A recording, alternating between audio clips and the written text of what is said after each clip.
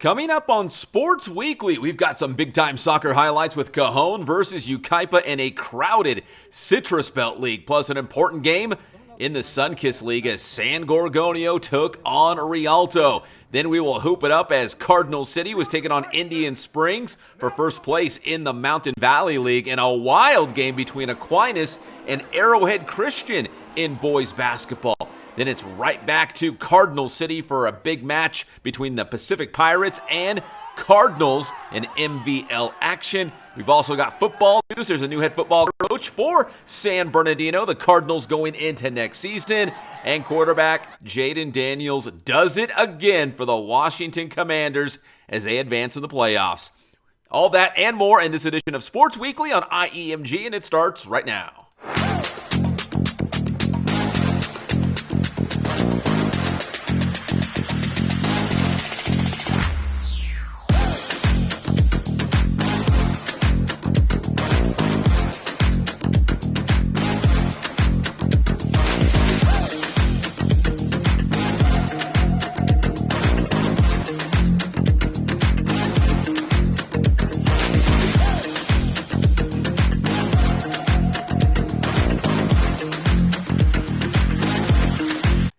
All right, welcome to Sports Weekly on IEMG. We've got some great highlights and interviews in this episode, so give the video a like and subscribe to the Inland Empire Media Group YouTube channel. We're going to get right to it with some soccer action. If you are following boys soccer in the Citrus Belt League, it is very crowded at the top, and the race for the league title is going to be great. Redlands, East Valley, and Beaumont have a one-game lead on Cajon and Yucaipa.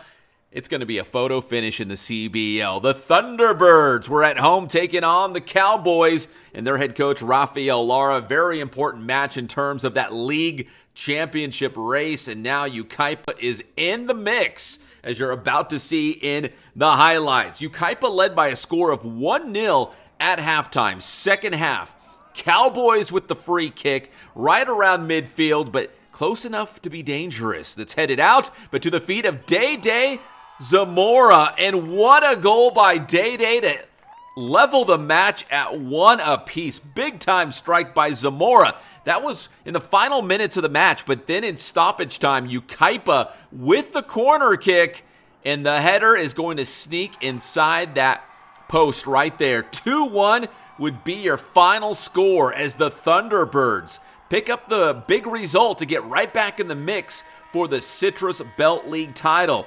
The Yucaipa and Cajon teams are now 3-2. Rev and Beaumont are at 4-1. So the race to that league championship will come down to the final couple of matches. After the match, here is Cajon head coach Rafael Lara.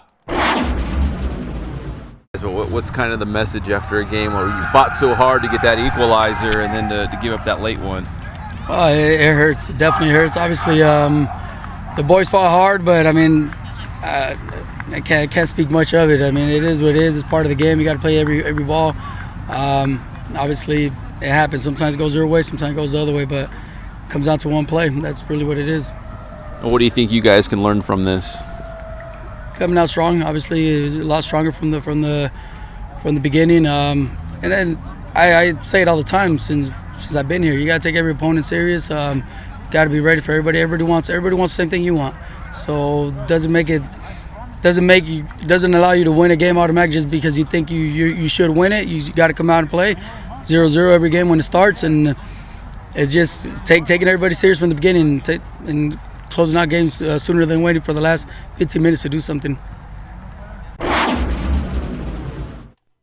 It's going to be fun in the CBL for that league championship race. Also in the Sunkist League with San Gorgonio picking up a huge win against Rialto. So they're right there with Fontana for the top spot right now in the Sunkist League standings. San G taking on the Knights. We had it live on IEMG. It was a great match. And San G getting a couple goals in the first half, one in the second half. The Arrowhead Athletic Conference here in San Bernardino County kind of has a relegation where you can go up or down in the league, depending how you're doing it. And the left-footed shot is through the keeper's mitts and in for the goal. Calzado scores his 12th of the season as we light up the IEMG scoreboard for the first time tonight as Julio Calzado nets the goal for San Gorgonio. 1-0, Spartans on top. Critical battle in the Sunkist League. This is essentially, basically a share of first place, along with Fontana, who's playing Grand Terrace, which is not technically a league game, as we explained earlier. The shot is in and good. That is number 5 for San Gorgonio. And there is the final whistle. San Gorgonio, big time victory at home against Rialto. 2-0 the final score to even up the Sunkist League standings. Both the Knights and the Spartans now 3-2 in league play. Wow. Obviously, the biggest difference is putting the goals away, right? Like the first game, it was a pretty even game, and I just think we had some opportunities that we didn't cash in, and they scored a beautiful goal at the end, and they got us 3-2. So today, yeah, we just put some balls in, and I think we played better soccer today defensively. That was a big change from the first game. Defensively, we were better prepared. We had a game plan, and we stuck to it, and it worked out. And you think that's proof in the clean sheet, right? I mean, it was a shutout. Yes, I mean, that's always a goal. I was telling the guys before the game, like, this is a tough league, so every game is big. And, we wanted to put ourselves in a position where, we stay towards the top before we go into the league tournament. Yeah, I think you're 3-2. Rialto's 3-2. I think Fontana's 2-1-1. So I mean, yes, you guys are right there. Yeah, I mean, it's gonna be a pretty even match league. I can honestly say, like, I mean, we already played everybody, and I can tell you, like, this is probably one of the toughest leagues around.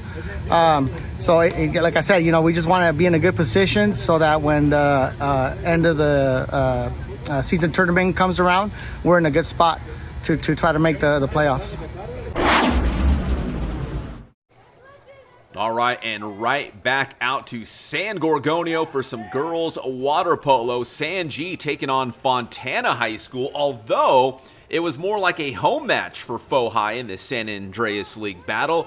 Faux High had some technical difficulties with their pool, so Fontana played not only Granite Hills, but then they played San Gorgonio back-to-back to try to make up some games here. It was the Steelers getting a win against Granite Hills and then also getting a win against San Gorgonio. So back-to-back wins for the Steelers against, like I said, Granite Hills and then San G, although it was their home pool, but a big win for the Steelers on the road, or the home team, however you want to put it, for Faux High. All right, we come back here on Sports Weekly on IEMG. We're going to have a lot of hoop highlights. A big one between San Bernardino and Indian Springs, and a wild finish between Aquinas and Arrowhead Christian. That's next here on Sports Weekly on IEMG.